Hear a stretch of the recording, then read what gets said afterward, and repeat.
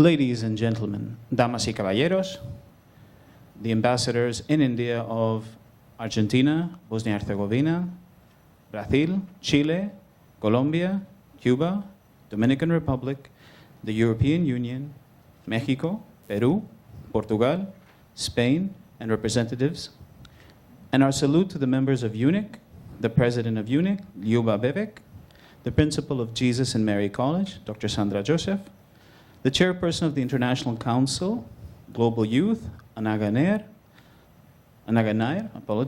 the director of the Indian Institute of Social Sciences, Ash Narayan, the founder of Eulat India, Deepak Bhojwani, and on behalf of the director and staff of the Instituto Cervantes Nueva Delhi, Dr. Oscar Pujol, good evening, buenas noches, y bienvenidos al Instituto Cervantes Nueva Delhi. Thank you for your presence this evening. Tonight, we bring you two events. Tonight is the opening of the Way Forward, Eulat for Culture, followed at 8 p.m. by the inauguration of the exhibition, This is Now Kolkata Moving, Moving Kolkata, by the artists Álvaro García and Magali Cufón de Trevros, followed by a cocktail reception. So please, following the first event, please don't be in a rush to leave, because there will be another event, which is the inauguration of the exhibition outside, followed by a cocktail reception. For the first event, on the occasion of AECIDS, that is the Spanish Agency for International Development Cooperation, during their presidency of the UNIC during 2021-2022, a special call for proposals supporting Europe, Latin American cultural relations was launched.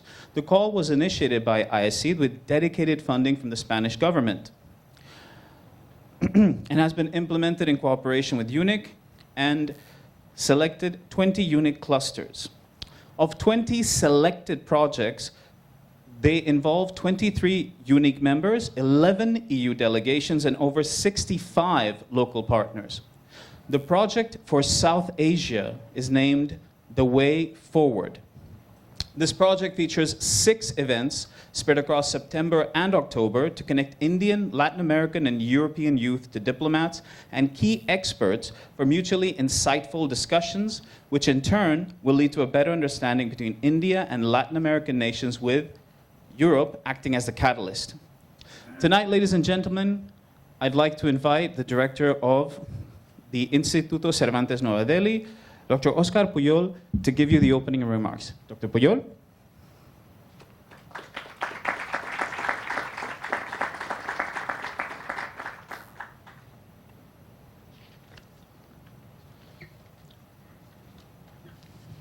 Buenas tardes a todo el mundo. Bienvenidos al Instituto Cervantes de Nueva Delhi.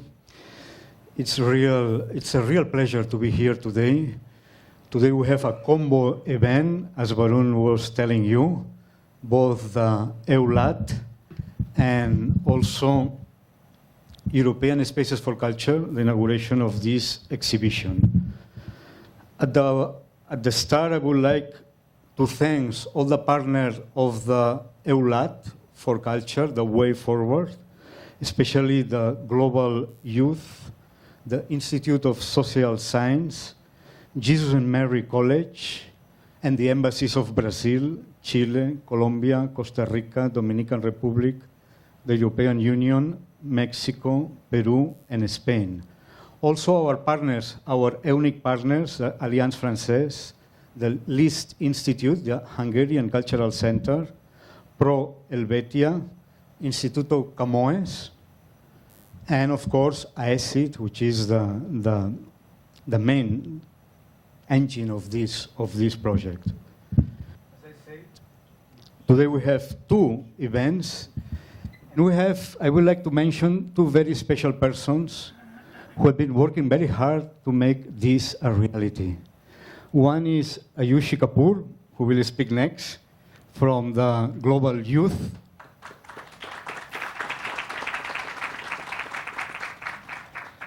She's well known for many of us because they've been interacting with many embassies, with many institutions. And they are really, the most important players in this event. As I said, Eulat, The Way Forward, we take our inspiration from an article by Deepak Bhojwani, who is here. We'd like a big round of applause for him. You know, you may be wondering, you are listening all the time, one word, unique, unique. In unique, we are uniques, but I am sure that many of you are wondering what means unique. And unique is the short form for European Union National Institutes of Culture. This is an association depending on Unique Global from Brussels that has given us a grant to do this event. And we are more than 60 cultural centers and different European embassies. And we have here also our president, Ljubak Pebek, from the Embassy of Slovenia. Thanks very much, Ljubia, for all the support that you are giving us. As I said, the idea behind this event, which is a call from Brussels, it's basically that Latin America and India, there has been in the last 20 years surge in diplomatical, business, cultural, and educational relations between these two areas of the world. But we know very well that Latin America and India, they don't share strong historical ties, and that may be the exception, of course, from the Iberian Peninsula is Portugal, and up to a certain extent Brazil too, who also has some connections. And the idea was that the relations between these two areas that speak Spanish and Portuguese and the Indian languages is something that has to be carried forward. The present project is a way forward, to quote, said Indian diplomat Deepak Bhojwani, to point new ways to bring these relations to a next level. And we thought, while organizing this Eulat project, which is a project which has 6 events, and Ayushi will tell us about these 6 events. It has 6 events and 1 magazine that we hope to see. So the idea is to have young people as the key partners of this project.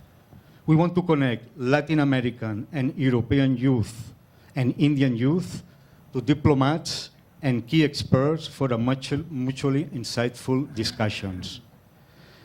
So the idea, as I said, is through a carefully curated agenda, which we wish to bring together young people to reflect on the possibilities of a better understanding between these two important geographical areas.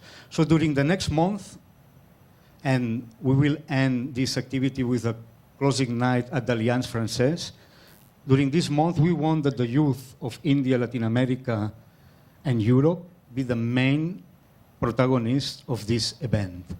I said that there were 2 people here that tonight, I think, have been working a lot. They are really, this event is their brainchild, it's not our brainchild. And the second person I would like to point out is Alfonso Pérez Hernández from the Embassy of Spain.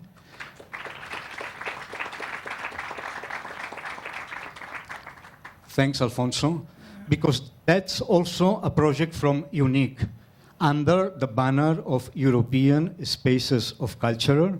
He will explain later. We are inaugurating this exhibition. This is Now, Moving Calcutta, Calcutta Moving, a really magnificent photos by Álvaro García from Spain and Magali Cufón de Trebros. Thanks very much. They come all the way from Spain and France. They've been working for more than 1 month in Bengal, taking photographs of Calcutta and around. And as I said, this is also a program under the European Union National Institute of Culture belonging to the Delhi cluster. I won't take any more time. We have many things to say. And I would like to invite Ayushi Kapoor to...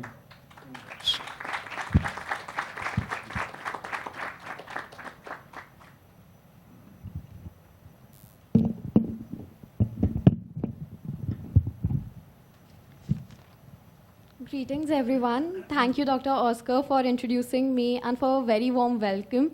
It is my distinguished honor to welcome all the ambassadors, embassies, and institution representatives, professors, journalists, youth, and our special audience. I would like to begin by quoting Dr. S.J. Shankar, India's External Affairs Minister. When it comes to the people, the most natural place to focus is on young minds with a curiosity about the world.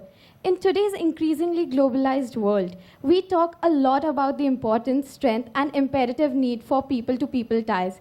In regards to this, I'm pleased to introduce the Way Forward Eulat for Culture project by European Union National Institutes for Culture, Delhi Cluster. The contemporary global culture is different from earlier imperial culture. It is observative, a continuously changing terrain that incorporates the new cultural element whenever it can. At the same time, today's global culture can't absorb everything. It is always a terrain for contestations, and its edges are certainly always in a flux. The Way Forward Culture project acts as a strategic project where these dynamics materialize in concrete patterns. Both India and Latin America share many common developmental challenges. While India has been successful in some areas, Latin Americans have excelled in others. The two sides can learn from each other's success stories and policies, with Europe acting as a catalyst. The project acts as a bridge to connect youth, key experts and diplomats from across India, Europe, and Latin America to provide fundamental transformations and move forward in a stable and predictable trajectory of growth and prosperity. There are 6 events scheduled under the aegis of the project. Today's opening ceremony kickstarts the project, which is followed by Youth Commission. The discussion for the commission will be centered around educational and job opportunities available in Europe, Latin America, and India. The event will act as a networking session for both national and international students who will be joining us from Europe and Latin America. Then is the case study competition. The competition will be based on the established theme of the environment and sustainability, with an endeavor to trace the path of sustainable development undertaken by the Latin American countries, the Indian community, and European counterparts, within an embedded context of complementary and comparable trajectories of economic growth and broader ethos of socio-economic development. Following this, we'll be having a roundtable discussion. The discussion will engage policymakers and directors of the educational institutions to understand the realm of the changing paradigms of trilateral relations and arrive at the achievable solutions for fostering this cooperation. Then we have the fest. The aim of the fest will be to strengthen trilateral relations and create synergy between the members and student community through a variety of activities and events that involve various forms of diplomacy. It will encompass the following activities: a soccer tournament, a show and tell event showcasing the traditional attire of different countries, explaining their textile industries. Embassy and institutions will have their specific booths promoting the language and culture of their respective countries. The project will culminate with the closing ceremony and launch of the official magazine of the project being recognized by the UNIC Delhi cluster. I hope the 6 activities and the magazine percolate a comprehensive articulation as well as influence international debates and initiatives. Thank you so much, everyone, for believing in me and providing me with an incredible opportunity to be a part of this international initiative in strengthening the ties. We look forward to hosting you all at our future events. Thank you, and have a pleasant evening ahead.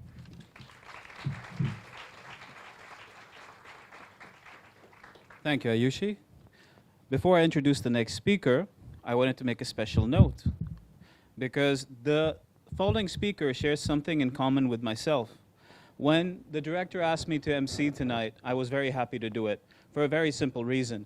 I just want to ask the people in the audience, how many of you have actually traveled to Latin America, by a show of hands? How many people have lived, traveled in Latin America? Yes, front 2 rows, and everybody else from India in the back? Nobody. That is the reality. That is why a program is needed.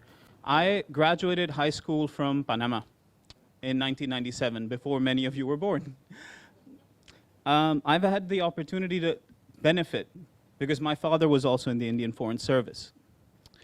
Today, I am a Spanish professor at Instituto Cervantes. I am the India correspondent for France 24 Bogotá.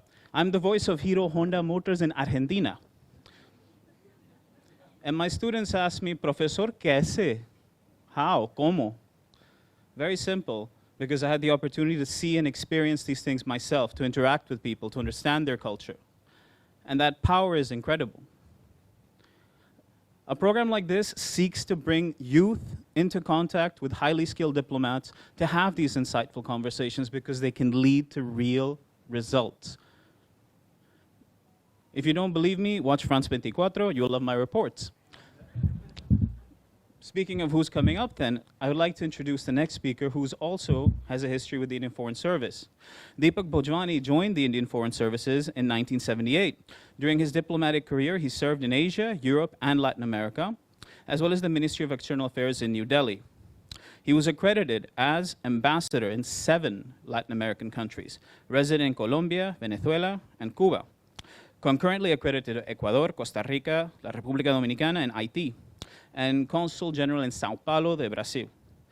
After he retired from service in 2012, he formed the specialized consultancy Eulat India, helping Indian and Latin American business connect and collaborate, contracted by public and private sector enterprises in hydrocarbons, pharmaceuticals, automobiles, and agro-business. He also is the author of the book Latin America, the Caribbean, and India, Promise and Challenge, published by the Indian Council of World Affairs in 2015. Mr. Bhojwani, please, I'd invite you to say a few words.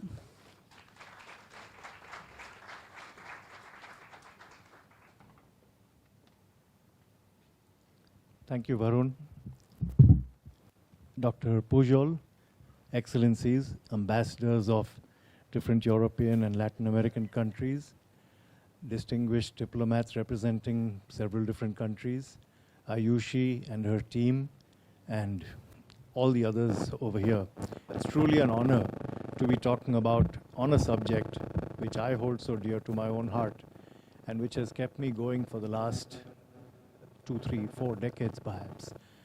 And it's only appropriate that we come here under the aegis of the EU, of Europe, because it was Europe where I was headed when I joined the Foreign Service, and they told me you must learn Spanish. We each get a language. Fortunately, I wasn't given, well, I won't take the names of other languages, but I headed to Spain and eventually wound up serving 12 years in Latin America, the most wonderful years of my professional career. And I think it's only appropriate that Europe, that brought me to Latin America, should be hosting this and trying to get us together again. I think it's a tremendous opportunity for us to take advantage of. Thank you so much, Instituto Cervantes. Before I go further, I'd just like to say a couple of things, my recent experience. One thing, actually. I read a small report which went unnoticed by most people about how the world had spun around in the last year a little faster by a microsecond or something. It got me wondering.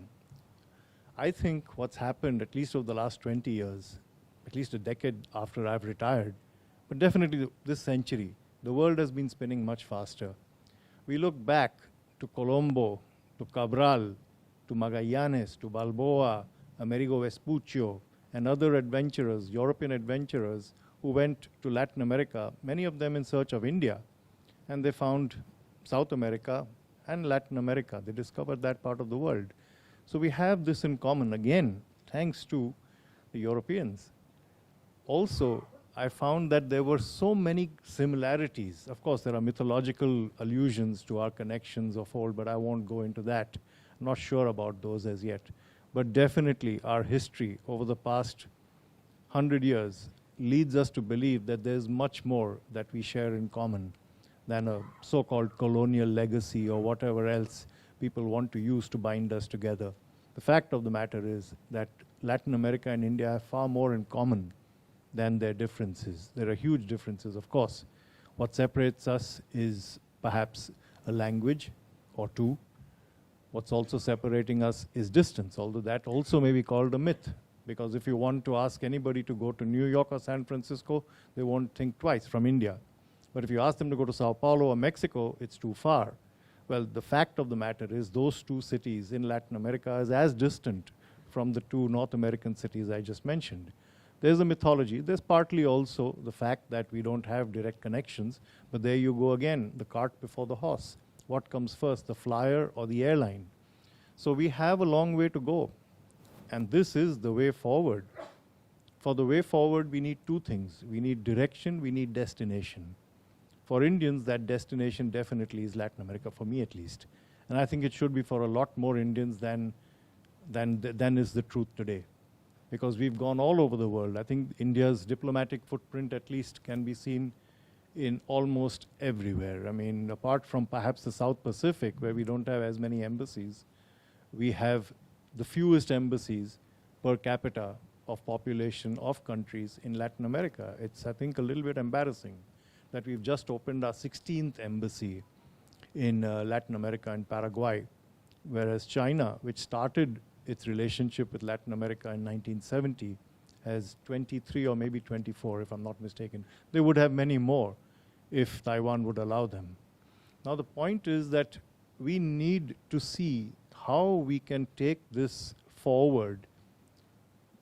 But before we do that, my feeling, and forgive me for getting a little academic or didactic, is we need to comprehend each other, we need to collaborate with each other, and we need to consolidate this relationship. To comprehend each other, we need to know who we are. We need to know how we've come about. We need to know our differences. We need to know the ethos of the other side. I think it's happening.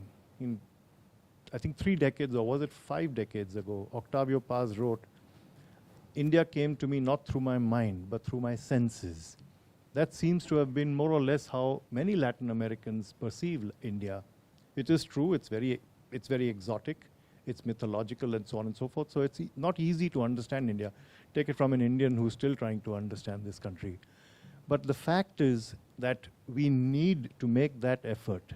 Latin America is a bewildering combination of countries. It seems monolithic because people talk about Spanish, but that's not true. There's so much more to it than just its common ethos or history or whatever you may wish to call it.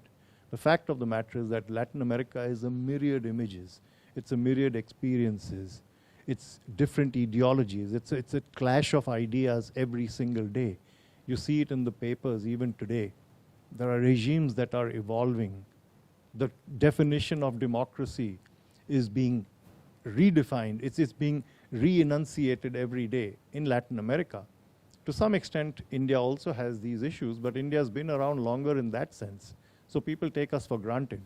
What we fail to observe is how Latin America is literally leading the charge in the clash of ideas today, of political ideas.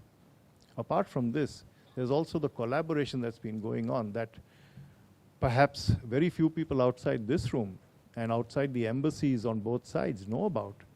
We've come a long way from the days in 1990 when bilateral trade was something like $500 million. It reached in 2013-14, it reached about $50 billion, and we were all very excited. It's sunk after that in terms of value, and is just about at $45 billion today. What explains this? It's very difficult to tell. I think with every other region, we've been expanding. In some cases, not so much perhaps, but with Latin America, definitely, there are some reasons we need to go into, because economic relations form the bedrock of what we have going for each other. Because political relations have been so good that people don't pay attention to the other side. If you don't have a problem with a country, you don't have to pay too much attention to what's going on over there, and your foreign office or the presidency or whichever authority is involved doesn't bother too much. And that's been partly our problem, too much of a good thing. But certain efforts are being made. The Foreign Office is taking more notice, thankfully. The Prime Minister's office hopefully will be taking much more attention. I'm speaking for India because I cannot speak for 33 other countries in Latin America. Although I see that there is a huge amount of effort being put in by the other side also. And that is witnessed in the number of embassies we have, the number of ambassadors and diplomats present today itself for this event. I think Latin America is taking India very seriously, and I'm so inspired by this. But it's not enough.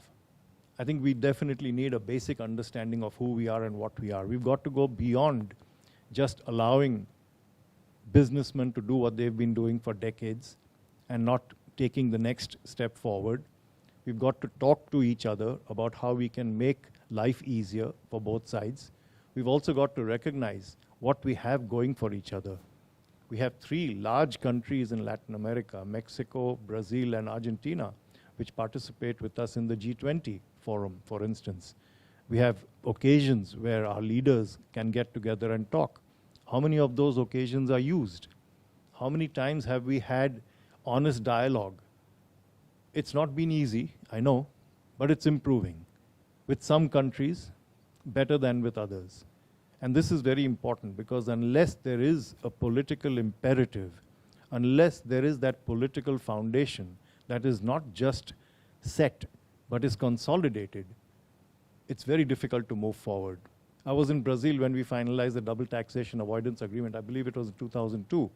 It was suspended soon after, something technical and so on and so forth. The same thing with investment agreements. The same thing with several other agreements. We kept going 1 step forward, 2 steps back.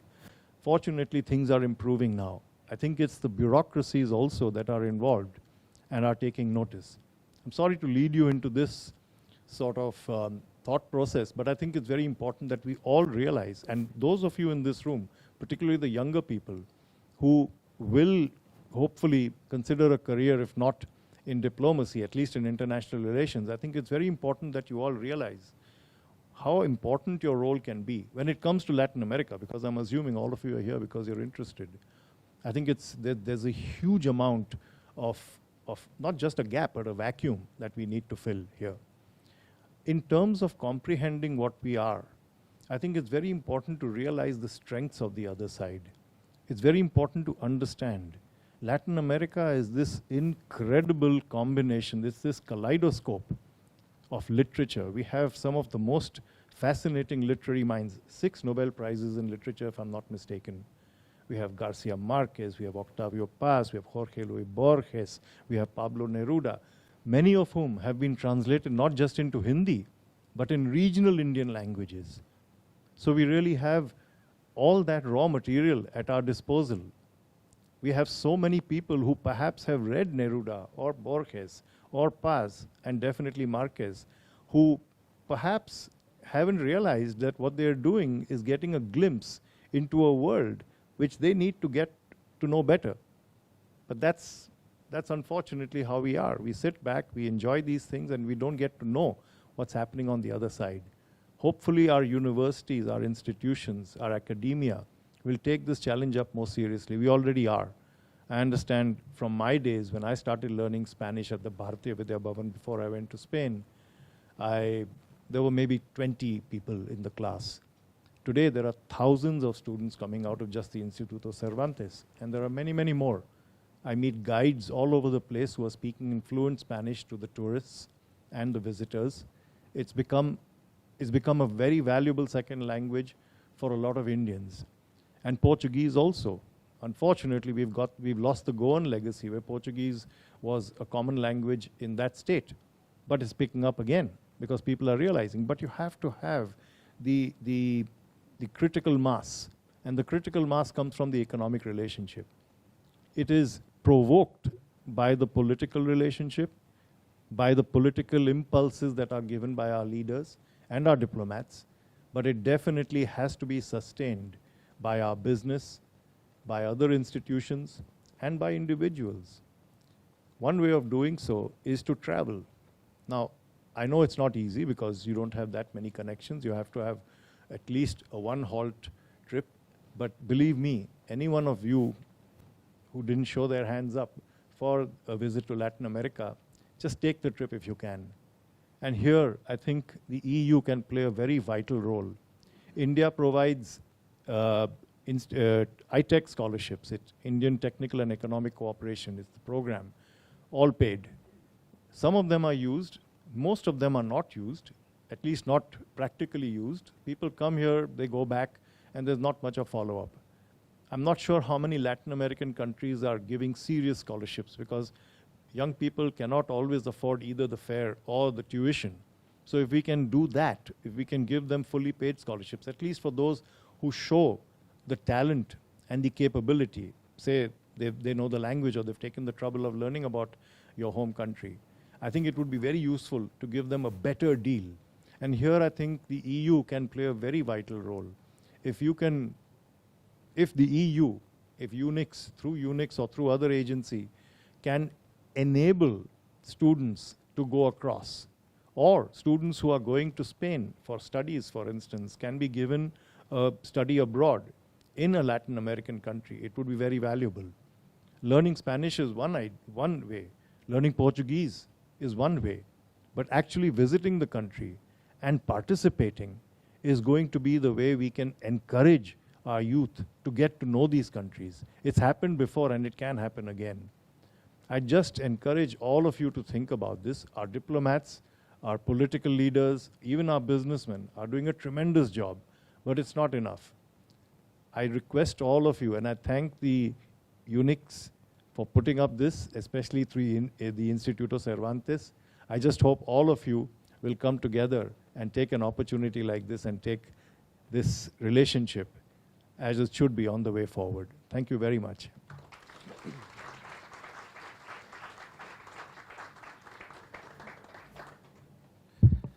Ladies and gentlemen, before we move on to the next section, which is a panel discussion, I'll take another moment to tell you about what is exciting to me about this event. Seeing India and Latin America connect has a deep, deep excitement for me. To give you a quick example, when we learn a language or when we learn a culture, we try to figure out how is it actually useful, what value does it have. Besides my professional accomplishments, I can tell you what it has on a deeper level as well. For example, without any offense to my own Punjabi brothers, I can tell you that I learned to dance listening to Juan Luis Guerra. And it is a lot easier to start a conversation with a girl if you know how to dance merengue than to do a bhangra. No offense. Speaking for my own people. At the same time, my own country taught me the value of nonviolent resistance. But at the same time, Latin America taught me the courage of Libertador Simón Bolívar, and another way of creating independence. When I was interested in learning about science fiction, I turned to Jorge Luis Borges and learned what metaphysics was. And despite all the differences, whether I go to Puerto Rico and have arroz con habichuela, or if I go to Panama and have arroz con porotos, or if I go anywhere else and have arroz con frijoles, it is just rajma chawal. There is not that much that separates us, as much that brings us together. But what learning a language will teach you is not just words, but a way of thinking. And what Spanish taught me was to not be afraid, to go after the opportunities that can present themselves. To not treat anybody else as superior or less, even though Spanish also has a version of ap, which is usted, and tú. But even the director of the institute insists that I do not call him sir or ap, but tú. Because that is how people who work in Spanish think. And if you can learn a language and change the way you can think, you can change much, much more. I'm very curious and very interested to see what I'm about to hear next in the panel discussion. So I'd like to invite the moderators up to invite the speakers. Dr. Puyol, Ayushi, all yours.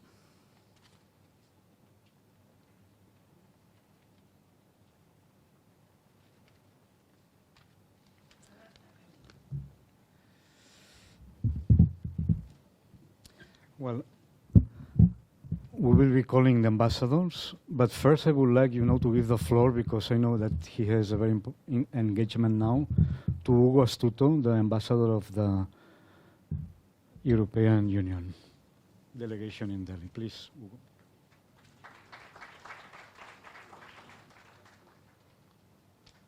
Thank you very much, Dr.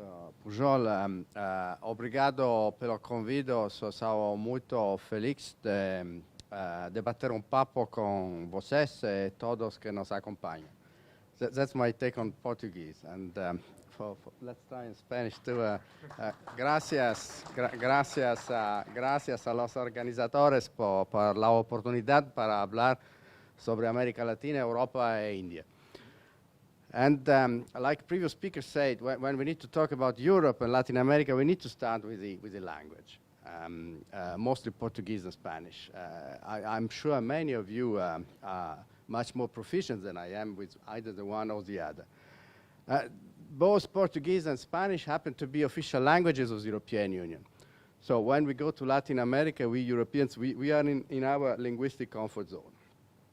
But at the same time, as my colleagues will testify with much more authority than I can, both Portuguese and Spanish have acquired a particular flavor, a distinction, an agility that are proper to Latin America. And this, I think, is a good example of the relationship between Latin America and Europe.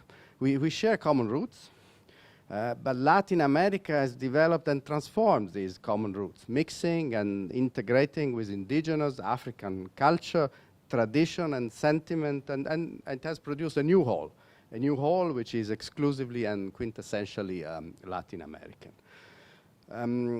I would also like to mention here music, and I will leave to others to expand on the likes of Bossa Nova. I would not dare because we have real experts here.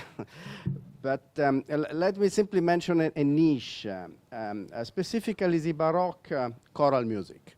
In the 17th and 18th century in Mexico, but also in Peru and Argentina, splendid pieces were composed for the Catholic liturgy, performed by choirs, mostly of indigenous voices. This has produced a thrilling repertoire, which is being rediscovered only today, and it's an additional bridge across the oceans. With your permission, let me also touch very briefly on the people, simply, because besides and after the Spanish and Portuguese colonial experience and the tragedy of the slave trade, but waves after waves of migrants from Europe landed in Latin America as a land of opportunity, seeking a better fortune in Latin America.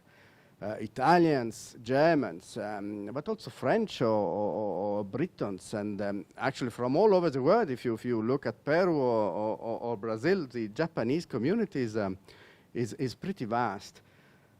In Brazil today, Andre will correct me, but I think around 32 million people claim an Italian ancestry.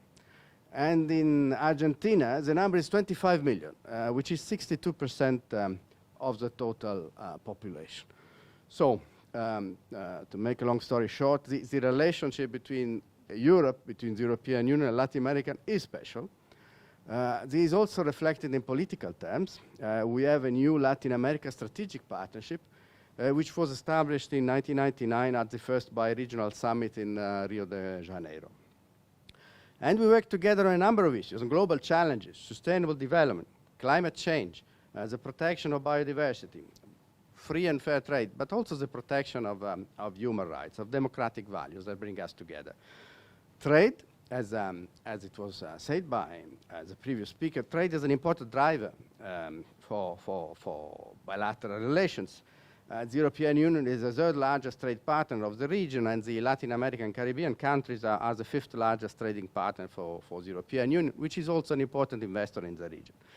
And together, the European Union and the Latin American Caribbean region are a force for a strong and rules-based multilateral order, accounting for around 25% of the world's GDP. Well, all this may sound familiar to you in the sense it may remind you also about the European Union-India strategic partnership, and there are indeed similarities.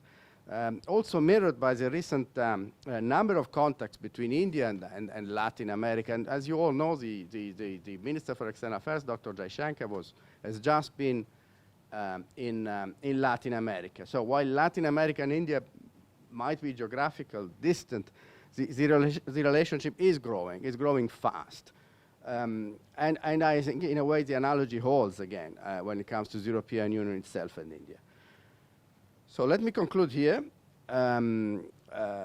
As European Union, India, and Latin America look at strengthening the relationship, initiatives such as this one, Eulat for Culture, I think that can help in showcasing what brings us together, to forge connections that work for people and the planet. So let me conclude by wishing you all, wishing the best for the initiative, for the organizers, thanking you again for inviting. Thanks a lot.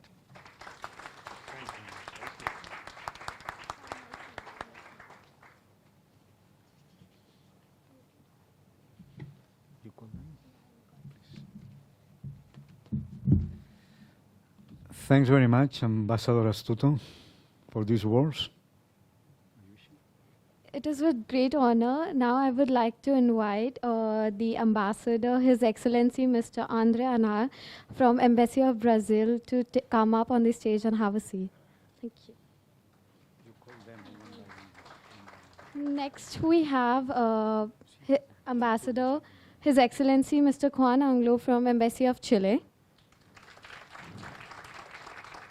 followed by Her Excellency Miss Mariana from Embassy of Colombia,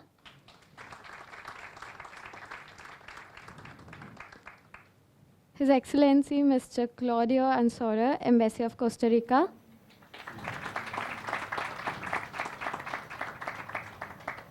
His Excellency Mr. Federico Salas from Embassy of Mexico, and His Excellency Mr. Jose Maria Redaro from Embassy of Spain. Thank you so much.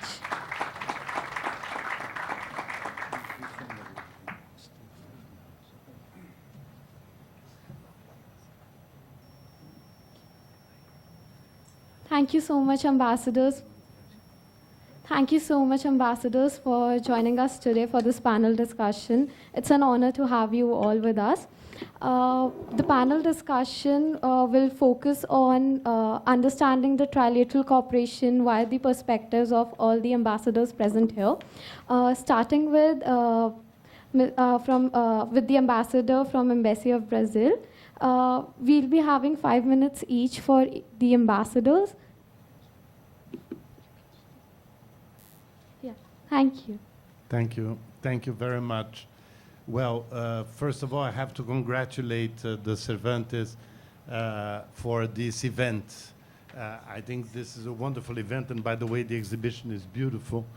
But most of all, I want to congratulate this event because it reminds us that the Latin American countries, more than GDPs, they are cultures. I think this is what is really important about us. We can discuss eternally our processes as development of countries, but many things were already said here that I was thinking of saying. But the most important thing is that we have to remember that it is a continent that has enormously suffered of, I believe, a very wrong narrative. Latin America is amazing. Latin America has all these countries that are here that are really extraordinarily interesting. Literature was mentioned, architecture, obviously, I have to mention, but so many other aspects of culture that make life in Latin America so vibrant, and I think that is really particularly interesting for the youth. In the case of Brazil, as you all know, we have this special link because, and thanks to Portugal, and somehow Portugal has also created that link between Brazil and India, because one of the fascinating things that I discovered here when I went to Goa is that Goa has extraordinary architecture of the period in which India was more important for Portugal, which was the 17th century, and then Brazil has the continuation of that colonial architecture in the 18th century, when Brazil was the most important colony for Portugal at the time. So all these stories, so much culture was accumulated, so many things are interesting in our countries. So this event for me is really a very, very special event. And India, obviously, as I was already much better explained by the speeches before, but I would like to stress that really it's true that the economic dimension, even if I think that the culture is more important than the GDP, the economic dimension is, you're totally right, a very important element. And I have to tell you that for the surprise of everybody, India has become the 5th largest commercial partner of Brazil.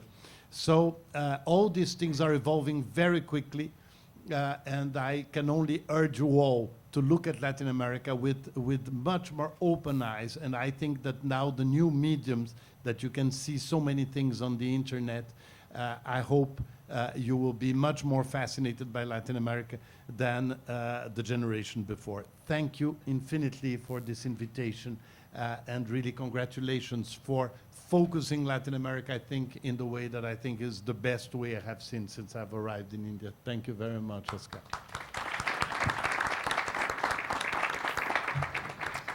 Thanks very much, Ambassador. And keep in mind that we are dealing here with 3 continents, which is India, which is a continent in itself, not only a subcontinent, Europe and Latin America.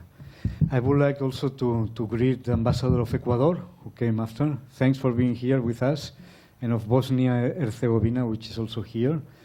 And also the principal of Jesus and Mary College, where we hope to have our fest, Dr. Sandra Joseph. Thank you for being here.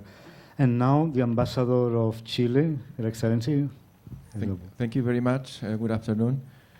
Well, it is a lot of things to say on this subject. First of all, thank you very much for the invitation. Since we received the idea of participating in this, we said immediately yes, because it has two areas of that I think is very important. First, the people-to-people relationships that are very important into building up later relationships. And second, that the focus is on youth. And if we are thinking of what we have done and what we could do, it is especially important to focus on youth. We have been working with youth association in the past. We will continue working.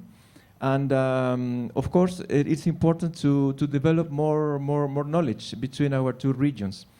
Very briefly, I would say that, in fact, as Ambassador Astuto was saying, if you see the world, any combination of a group of countries, there is no more close relationship than Latin America and Europe, for very different reasons: history, religion, language, whatever reason you may think.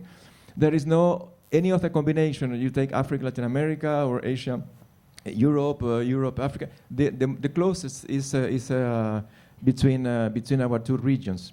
He mentions also the same thing in a political way. Both countries is more or less 60 countries in the world with a lot of economic power in the international fora. Something that I've heard in the presentations, that the relationships between our region and India, it is in fact a little older than you may think. Of course, I'm not thinking on the Portuguese or Spanish presence, but Latin America itself. In the case of Chile, we count already contacts immediately after our period of independence. In 1820, we had already ships from Valparaiso, the port in Chile, doing business with Calcutta. At the time, of course, was not even the Raj, was the Indian company. And we had a lot of connections and important business. And through history, we have been sending here, it is not my case, but in the past, diplomats and writers that have written about India and the experiences those people had. And they have been writing on books that were published in Chile. Our job now is the translation of those books. We have done a couple of those. Very soon we will have a new one translated from an ambassador who was at the same time writing with Octavio Paz in the 60s, Julio Barrenechea. He was here for 6 years and he wrote poems, and he was very much into the cultural life of India. The idea I have read somewhere that poets or writers, because they are in the cultural area, they have the key to really open relationships in a long term, based in a long term period of time, and not only on what could be shorter, like business or political. Because they are able to connect people from very different and distant part of the world. Ambassador Bojwani was mentioning, it is true. We don't have, for instance, any line ship transportation, direct line from any port in Latin America, as far as I know, to any port in India. Everything should go either by Korea or Singapore, and it is not impossible to do. It is not done. Maybe that could be something that we could work more in the future. Some other thing that have been repeating also in other fora is that Latin America, of course, it is not so homogeneous. Even if we have same language, religion, we share a lot of things in common. Every country is different, and therefore every country has a different interest, a different capacity, a different ways of dealing with countries like India. So the policy should not be a vision of one size fits all. This is something that I have been saying to my Indian friends, and I think they should be more modulated, the approach to our region. And some other thing I have been saying also is that why not India may produce one day a kind of white paper on Latin America. White paper, some other countries in Europe, they have. What will be the relation, what we want from this region in terms of economy, culture, people to people, etc. India doesn't have this kind of document, and I have been promoting the idea that why not to think of a white paper in where you can explicitly say what you are looking for. That is something that other countries, as I said, have done, and it is useful because everybody will know more or less where are heading. Somebody talked about Ambassador Bojwani of destination needs a cap. Well, this could be, in a way, a sort of a cap where we could better use our efforts. So I have a couple of more things to say, but I will just for the 5 minutes stop here. Thank you. Thank you so much, Ambassador, for sharing the information with us. I'm pretty sure that the future of trilateral cooperation will benefit India, Europe, and Latin America. And thank you for the white paper suggestion. Moving on, we have Her Excellency, Ms. Mariana, from Embassy of Colombia. Thank you. Gracias. Good evening, everyone. First, let me say thank you to a good friend, Ambassador Bojwani, to Dr. Oscar Pujol, to Ayushi, and to UNIC and the European Union for supporting this initiative, which is, very impressive. And I'm just going to say something as I was listening to all my colleagues. Cristoforo Colombo, an Italian, was funded by the Spaniards, by the King of Spain, was looking for India, for new routes to get to India. And it happened to be so lost that it got into the Caribbean, into Jamaica and the Dominican Republic, and we were called the West Indies. So it happens that you were looking for India, to new routes to get to India, and you landed in Latin America, what is today Latin America or the Americas. So that I think it was the first step in this project that brings us today. This is undoubtedly an extraordinary moment to talk about the relationship between India and Latin America, when high-level visits between our countries are becoming more and more frequent, and when the growth in investment and bilateral trade is increasingly higher, along with a growing presence of Indian companies in our region. In the last 2 decades, both India and Latin America began to redefine their political and economic strategies and identify their complementarities, their capabilities, and the opportunities where each other may find common grounds in an ever-increasing uncertain world, as Ambassador Bojwani just mentioned. These common grounds have both grown in the bilateral and multilateral arena, and if I may say that in the case of Colombia, they have deepened in the last years. India is increasingly perceived as a global giant with a rising middle class and may soon rival that of the United States or any power in the world. A 3.5 trillion economy, which actually India is the fifth economy, passing the UK just a few weeks ago. Likewise, Colombia's GDP has expanded 12.6% in the second quarter of 2022, one of the highest in the world. In this sense, both Colombia and India see a whole space for opportunities to grow on trade and commerce. Colombia and India have also advanced in the understanding of a perception of a Latin America of the 21st century that evolves with determination in strengthening the conditions required in this ever-changing environment. And I repeat this, I think India is understanding how to relate to Latin America. There is a path to move ahead, as my colleague just mentioned, maybe a white paper, maybe a deeper understanding, but we are in the right path to understanding each other and understanding Latin Americans' political and economic evolving environment. Sharing challenges and problems typical of developing economies of the global south has also allowed us to get closer and seek channels of dialogue.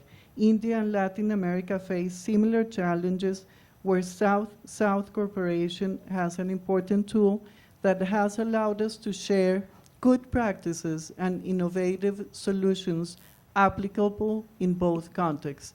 It is precisely in the cooperation field where Colombia has deepened its relationship with India.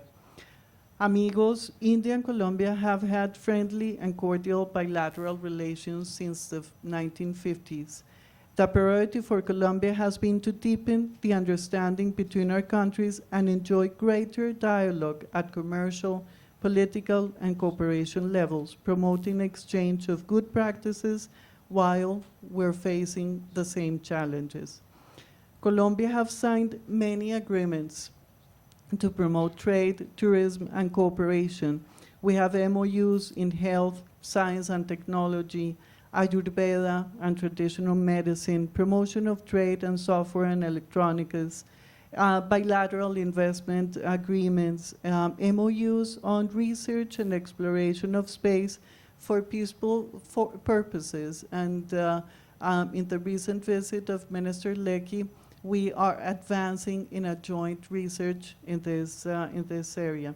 On this same path, last year, more than 40 members of the Colombian government in the midst of COVID and academicians and businessmen came to Delhi, Pune, Bangalore, and Hyderabad.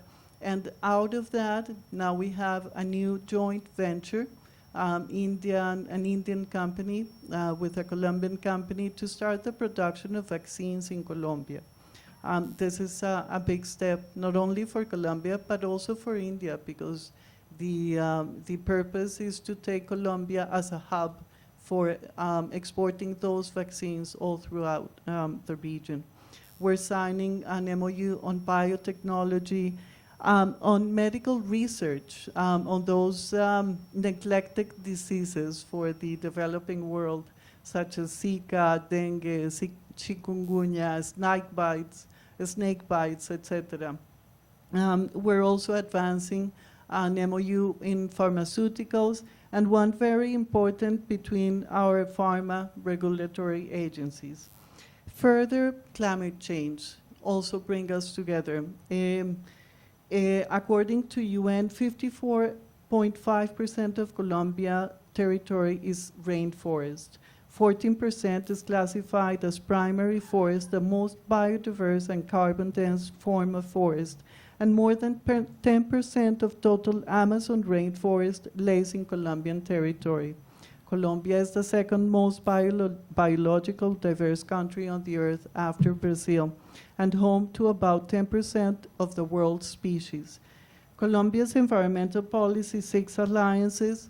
Of course, India has been a partner on this in the energy transformation and to improve energy in a sustainable manner, fight against deforestation, and reach the most multilateral ambitious agreements on climate change.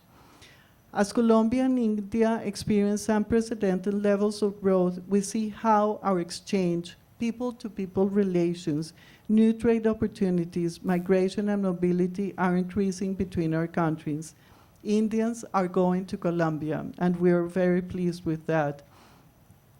We haven't seen before the rates of Indians going to Colombia, and more people are arriving to work, create business opportunities, and more tourists are attracted by the beauty of my country, Colombia. Our countries can benefit from each other's opportunities and recovery, and that's what we're seeing right now. Just to give you some figures, just in the last 6 months, Indian visitors to Colombia have doubled of those of last year's. This is without counting those Indian visitors that arrived in Colombia with a US or Schengen visa. And this data, if it's compared with to 2019 pre-pandemic figures, double in Indian visitors in Colombia. And we're just counting only up the year up to August. Colombia's export to India in 2021 reached 2.7 billion, the same as Canada's export to India, and more than countries like Spain, Norway, and Bangladesh. This is a sign of the potential that exists to increase trade between our countries. Colombian exports to India this year from January to June 2022 have already reached 1.4 billion, double the amount it was in the same period of 2021. Colombia has already become one of the most important destinations of Indian FDI in Latin America. This portfolio is relevant but also diverse, including sectors such as automotive, agrochemical, pharmaceuticals, BPOs, software, telecommunications, consultancy, and hydrocarbons, among others.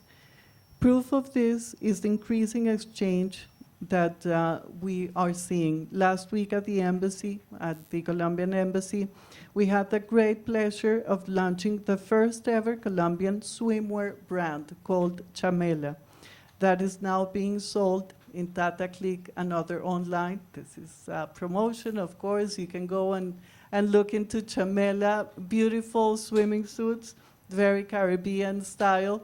And I'm sure this is the first one of many fashion brands that will come into India. In terms of culture, Colombia and India believe in the importance of soft power and diplomacy.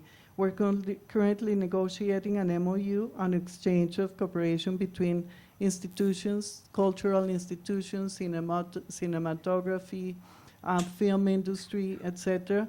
And Colombia is promoting its culture in India. That's the only way we can get Indians going into Colombia. With this, let me finish by saying that India is not only a priority for what it means today, but also for what it will mean in the years to come. And it is vital, and its vital role on the global stage that will confirm the premise of Prime Minister Modi that our time between India and Latin America has come. Thank you. Thank you very much.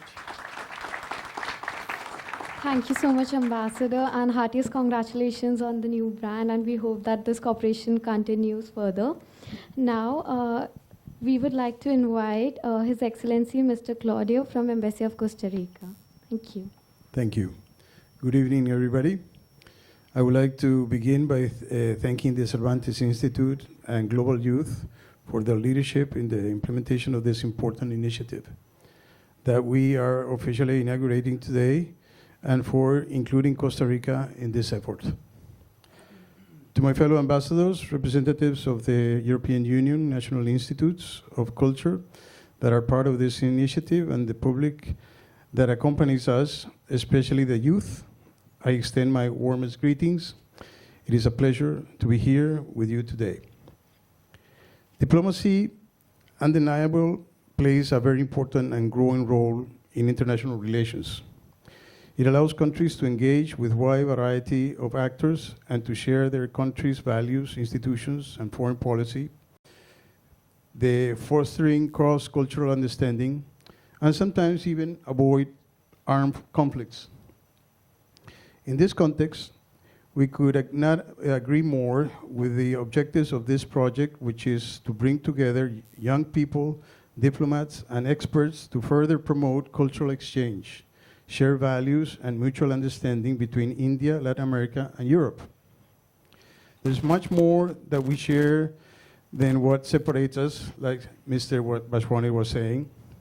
Costa Rica, as you may know, will jointly celebrate 201 years of independence from Spain, tomorrow, precisely, the country with which we share not only our colonial history, but also our official language, and whose cultural heritage is very present in Costa Rican society.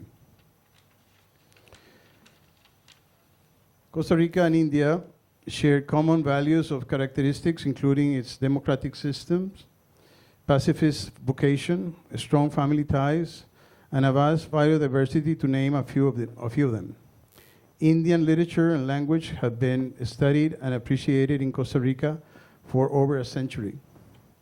The University of Costa Rica, for instance, began offering Sanskrit courses in 1968, and the interest of Costa Rica students in the topics continues to grow to date, as well as yoga and Ayurvedic treatments. There are many other examples of the ample opportunities and commitments between our nations to continue strengthening cultural understanding and ties.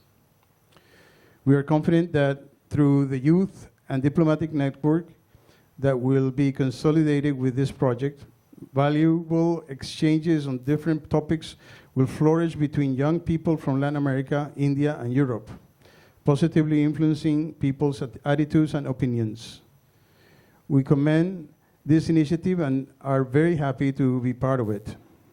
We look forward to the establishment of Costa Rica Indian Global Youth Forum and to continue support of cultural and academic exchanges, as well as the promotion of the many opportunities that our countries have to offer in different fields.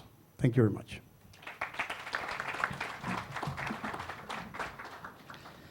Thanks very much, Ambassador. I'm very happy that you mentioned something that very few people know, but that Costa Rica celebrated in 2018 50 years of the study of Sanskrit, which I think it's a great achievement, you know, for a country like Costa Rica, running for the third generation of Sanskrit scholars there. And I would like to give the floor to His Excellency, Ambassador of Mexico, Federico Salas. Say that I am just coming from Mexico, where there is another country where Colegio de Mexico and the UNAM University have incredible programs in the study of Sanskrit, Hindi, and other Indian languages. And I said that for a reason, because sometimes if I think what most separate us, I say Latin America, I include Spain here, from India, is the lack of knowledge. And we should increase mutual knowledge. That's the only way that our relations will make a leap forward if we know more about each other at the level of university research. Ambassador, you have the floor. Thank you very much, Oscar, and thank you for inviting me here tonight and for including Mexico in this very important project. I also want to thank Ayushi Kapoor for the work that she's been doing and for coordinating the efforts surrounding this initiative. I want to be very brief. I think that the name of the project, of the program that has been chosen, the way forward, I think that basically tells us all what our agenda should be, because that's really where we have to go. We have to move forward. And how we're going to do that, and I think, you know, taking from what just Oscar said, we need to know each other better, and our agenda should be very clear in that sense, that across the board, not only in what we're doing for closer economic relations, for closer political relations, but what is very important is that we expand our cultural exchanges, our people-to-people contact, that we move forward precisely because we are looking towards the future and to see what will be best for our respective countries in the three continents, as it has been mentioned. And in that regard, I think that the idea of privileging the youth of our regions, I think is very important. It's very clear that India is a country that is, the demographic pyramid, of course, is quite loaded towards the younger people. A very large percentage of the Indian population is very young. And that is also the case in many of our countries in Latin America. It certainly is the case in Mexico. And this is something that we all need to work and strengthen, which is the type of contacts and communication that our young people have. And we can do this, of course, with the help and the support of the our European friends and the European Union as an institution can provide to us. But I think it's something where we really should place most of our attention, how we can bring the young people, men and women from all regions, or these three regions, together. We have done in the recent past some contacts of youth forums between Mexico and India, and this is something that I think we should expand to have youth forums with Latin America in general, not just with individual countries, but Latin America in general and India, and I think that will be very fruitful in getting to know each other and also coming up precisely with new ideas as to how to move forward. The last thing I want to say is that I usually agree 100% with what Oscar Pujol has to say. There's one thing that I will have a dissent tonight, are actually the contacts between some of our countries, certainly with Mexico and India, go back almost 500 years from the time that we were a Spanish colony. The contacts that existed through the navigation routes that were established across the Pacific, and there's many exchanges that were going on already, and that included not only Mexico, but extended south through Central and South America.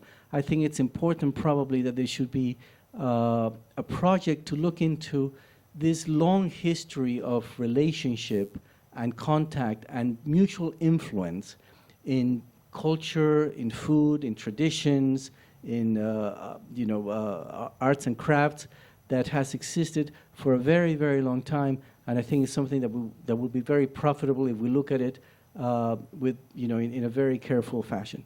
So thank you very much.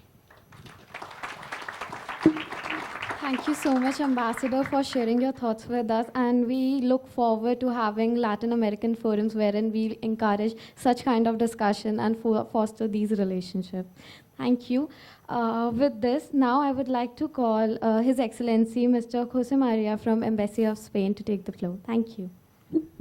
Thank you very much. I usually thank you very much for the organization. Thank you very much to Oscar Pujol and Unique organization and all the staff.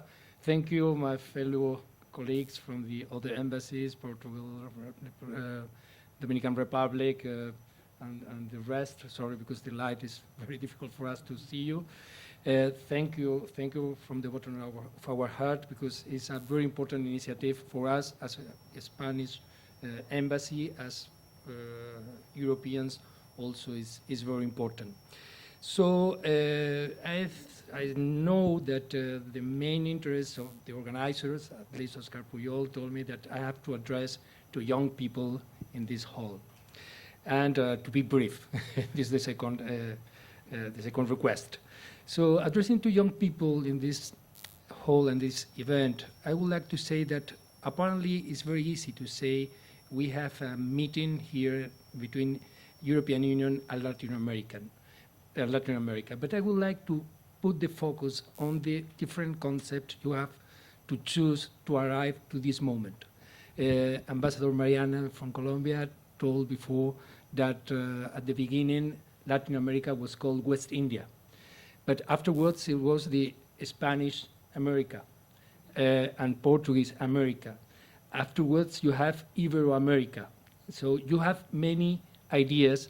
At the end you have Latin America, and it's very important because, as you have seen, you have the possibility of having a Brazilian ambassador, a Portuguese ambassador, an Italian speaking about Latin America, Instituto, and of course, our Latin American colleagues and myself speaking on the behalf of Spain. So it's very important to know that we are choosing our concepts to call on ourselves. And there are differences. And I think it's very important to think about European Union and Latin America in order to be inclusive. Afterwards, and thinking about the younger people in this event, I would like to say that every time you hear the diplomats or politicians speaking about common history, you are fully aware that we are thinking or we are speaking about tragedies. We are speaking about colonialism. We are speaking about these hard things in the past. So as a member of a country who colonized the countries, my friends who are here, I would like to explain how at least I approach this issue. So for me, it's not a reflection on our nations. It's not Spain as a nation going to Latin America as many nations. For me, the main reflection is about how to use power. At the same time, Latin American Indians were being killed in Latin America.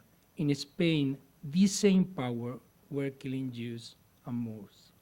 So this very important idea is that we have to reflect on how to use power, which are the values of the power, know what are the characteristics of the nations. So the idea is to try to put aside this idea of nation and to put in front the reflection about values and at the end about democracy. That's the reason why I can be here with my colleagues. I can feel myself very comfortable with all my friends, even if Spain has had a colonial empire, because we share, and I am sure we share, the same values in this moment. And I can criticize the power of Spain at that moment and the same way you can criticize it. So this is the first thing. So, and it's important for the younger people in this event to know that we are not hiding the tragedies when we speak about history. We are trying to reflect in other terms, in terms of values, democracy, and how to use power. This is very important. The second thing is language. And I feel a special responsibility because the language we share is called Spanish. Apparently, it could be our language, my language. So you have borrowed, you have taken this language for you. It's not true. It's not true. It's our language. The language belongs to people who speak a language. And we all speak a language. And the richness of the Spanish language is that from Chile, Colombia, Costa Rica, and Mexico, we can refer to the name with different names to the same things. There is a Spanish poet, precisely a Catalan poet writing in Catalan, who says, many names are suitable for one love. And this is our case. Many words are suitable for one love, for our countries, our values, our democracies. So that's why also I feel comfortable when we share a language, and I am sure we will find a way to put ahead this idea of our language, our common language here in India. And finally, thinking again about the younger people in this event, I would like to say something about culture. Sometimes when you work in an embassy, when you have a responsibility as an ambassador, you are almost obliged to put your culture, the culture of your country, Spanish culture in my case, in the front of your activity. And you can feel that perhaps you, as an ambassador, can feel proud of your culture. Let me say something different. I feel proud not because it's a Spanish manifestation of culture. I feel proud because it's a way to give something to a common human heritage, which is culture. It's not our nationalistic culture.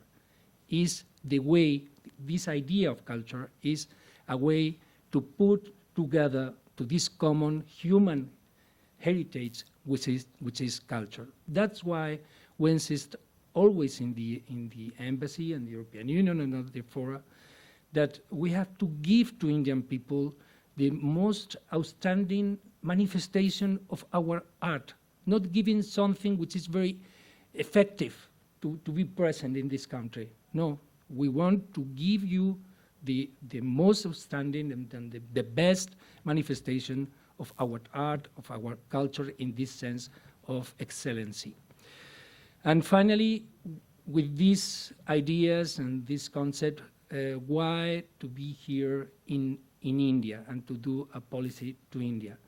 Because if you think about the diversity in Latin America, if you add to this diversity the diversity of Portugal and Spain, you can feel that we can share a great experience, a great political experience expressed by democracy. We can share a great experience in economics through this idea of having no barriers among us. In any field, we can feel that we can share experiences. And that's why this initiative, European and Latin American, Spanish, Portuguese, is so important. And I congratulate you, the organizers, for having given us the possibility of expressing our ideas here. Thank you very much. Thank you so much, Ambassador, for sharing your views on the reflection of the past and how we can take it forward from there, along with the principles of democracy, which are currently very important for all the regions present here today. With this, now we'd like Sharon, Shilpi, and Shailja to come forward and present the bouquets to the ambassadors.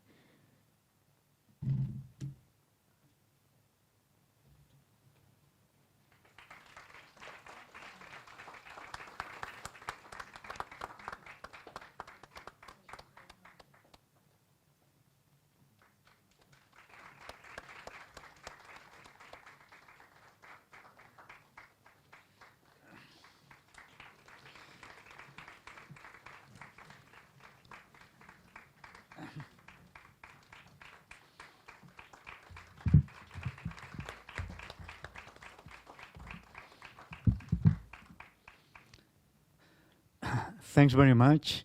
Before going, don't go. We have the exhibition now and after the cocktail. But before that, I would like a group photo with other partners of the Eulat project. So I will like to ask the president of EUNIC, Liuba, please to come to the stage. I would like to ask also Anna Nair, from the president of the chairman of the Global Youth Council, please come to the stage. I would like to ask also the ambassador of the Dominican Republic, David Puig. Love to have here also the ambassador from Ecuador. I would like also very much to have Deepak Bojwani and Ash Narayan, which are with us. And I would like very much to have the principal of Jesus and Mary College, Professor Sandra Joseph, to come to the stage for this group photo. And I will ask the ambassador from Bosnia and Herzegovina, if he's here, he left. I think he left already. So please.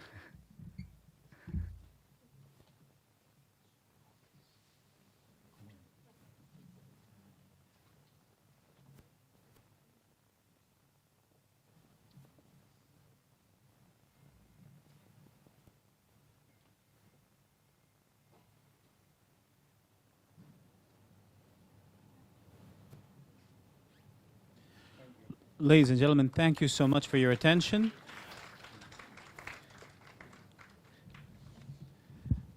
As stated, Please do stick around because that is not the end of the event. In just a few moments, you will witness the inauguration of the exhibition Moving Kolkata, Kolkata Moving by the photographers Alvaro Garcia and Magali Cuffon de Trevros.